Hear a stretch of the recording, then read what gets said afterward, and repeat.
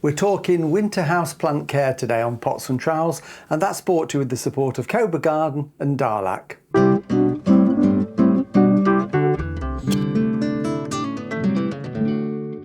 Hello and welcome to Pots and Trowels. Well, it's a horrible, miserable day here today. It's wet, it's dull, it's really cold. So I can't do what I was planning to do outside in the garden. So I thought that's the perfect opportunity to come inside and just give a little bit of attention to our houseplants. I've got quite a lot of houseplants around here in the office and in the house, and it's good to just check them over at this time of the year because the days are now getting much shorter, so those light levels aren't intense anymore, plants are slowing down, temperatures in houses can fluctuate, so we need to get them through the winter months until the days get longer in the spring. So that's what we're going to do, just a quick sort of MOT of your house plants really at this time of the year. So I like foliage plants. I've got a few flowering ones, but this time of the year it's mainly foliage plants. You can see there's various ones dotted around, and this applies to all of them. So first thing is check them. Now I've got to admit that I have neglected these slightly over the last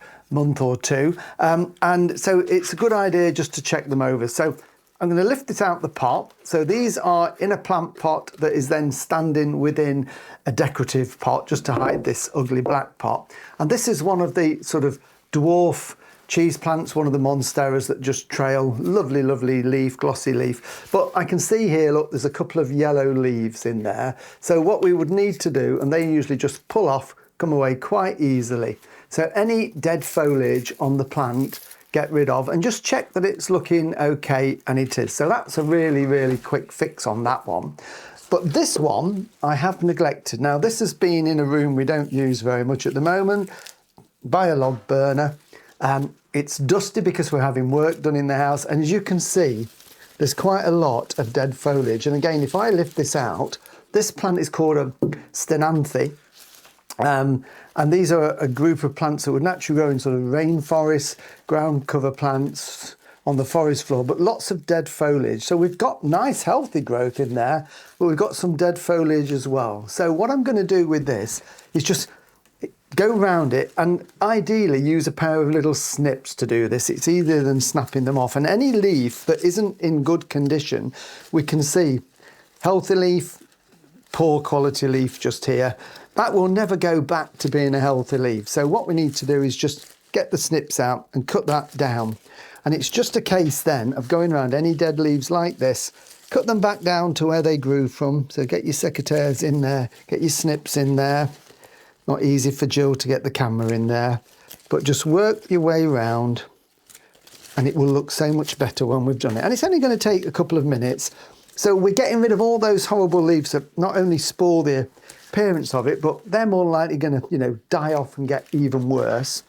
So I'm just going to whiz my way around here and that will look so much better.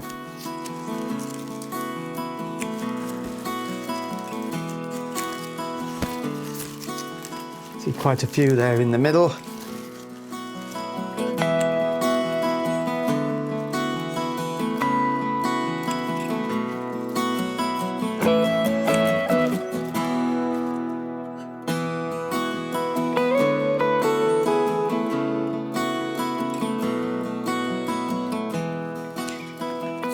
Right, so that's about got rid of them all, and already now I've got rid of all these old damaged leaves or dead leaves. It looks immediately so much better, and I just love these plants because you've got the lovely variegation on the top, and then when you turn it that way it's such a lovely vibrant dark colour there. So it's a good one sometimes to position at that height so you can look down on it and up at it as well. So that one can go back in the pot now. So that one is much cleaner and much healthier.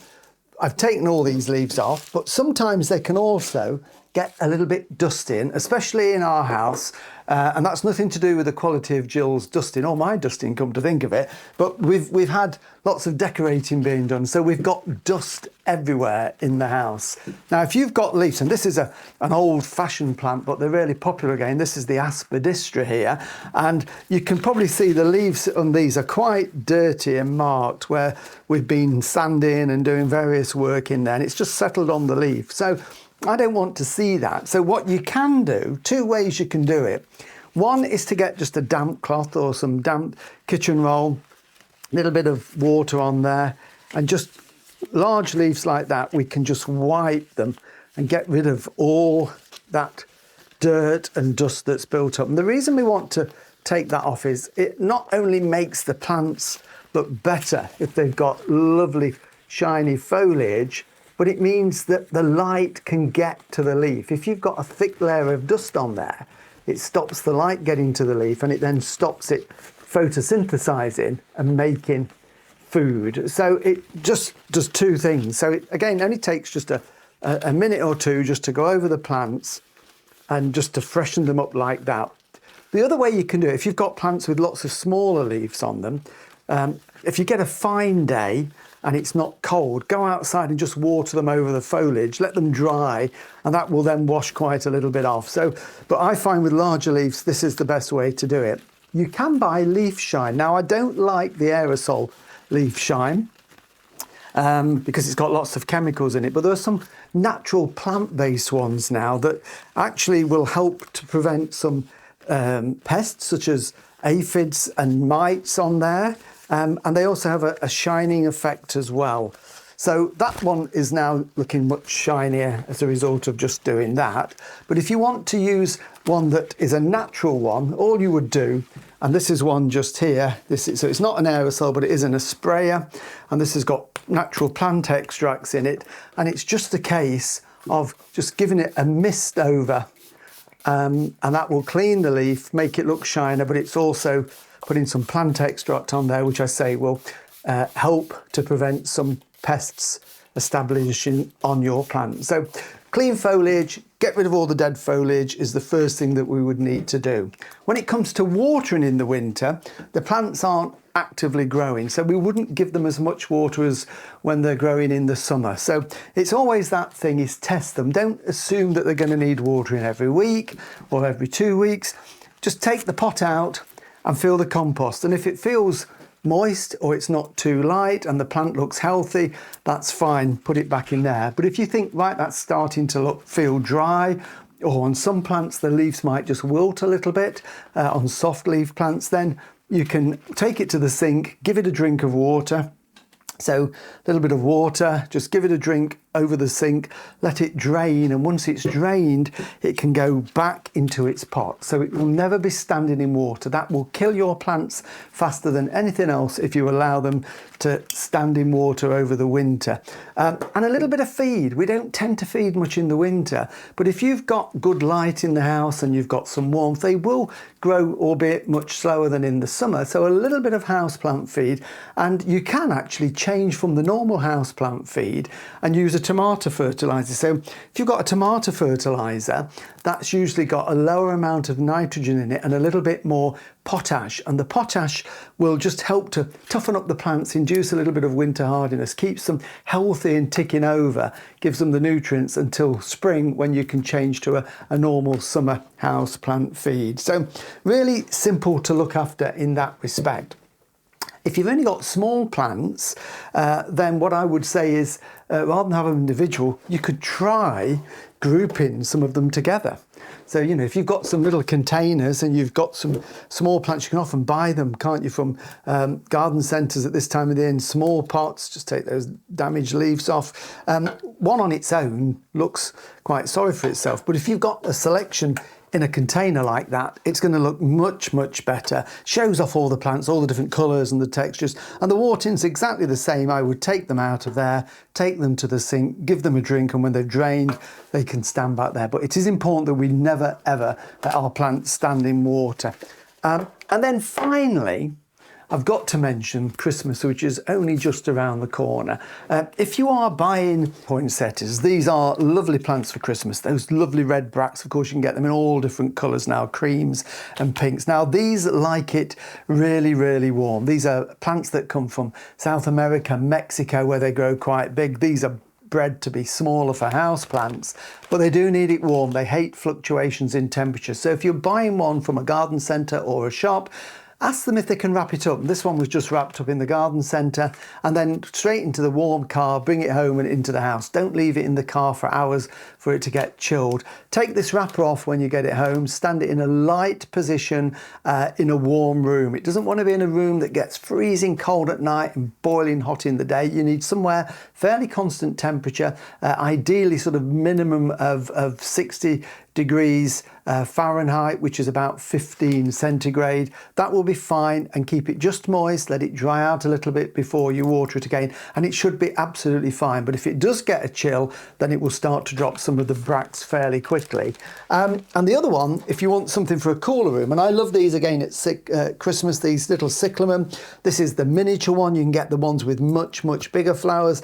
Make an ideal flowering plant all the way through the winter, not just at Christmas. This one has actually been in flower since September, and here we are now, the beginning of December. So they do go on and on and on. This one likes the opposite growing conditions to the poinsettia. This one wants to be somewhere light, of course, but nice and cool. Cooler the better. If you've got a porch or a conservatory, as long as it doesn't freeze, it will be absolutely fine. And this is in a little porch by our back door that gets down to about 6 or 7 degrees Celsius at night, and it thrives on that. Let it almost dry out before you water it again, and it will just flower and flower and flower. And when the flowers start to go over, I'm just trying to find one that's starting to go over, but what we do, we can see we've got here new buds starting to come up all the way from the centre. There's loads of buds down there. I don't know if you can see down there, Jill, all those lovely flower buds that will keep it flying for weeks more. But when a flower goes over, don't do like we do with lots of flowers and just deadhead them. We need to take the stalk out. So what we would do, that one is going over, it's going pale, which means it's going over. Slide your finger, oh, it's snapped off, but slide your fingers down the stalk and it pulls off right at the very base where it's attached to the little tuber there. And there's another one just there again on its way out. So just take them out, give it a little tug, hold the pot, that little tug, out it comes. That way you don't leave any little stalks that die back and cause rot.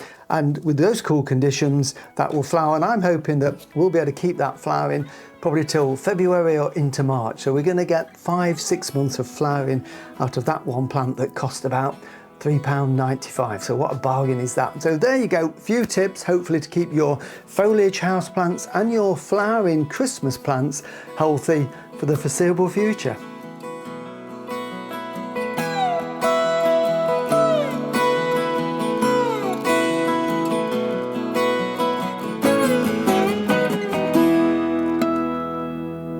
Thank you for watching Pots and Trowels, and remember you can watch all the videos we've done on YouTube, and don't forget our new podcast. You can get that from your normal podcast provider and listen to that every week. So I thought, I know, I'll get my sister who is a gardener, she'll come down. When do you start to tackle your herbaceous borders? So we have a rest up until Christmas. Next time I'm going to be making a festive foliage basket, so join us then. Bye.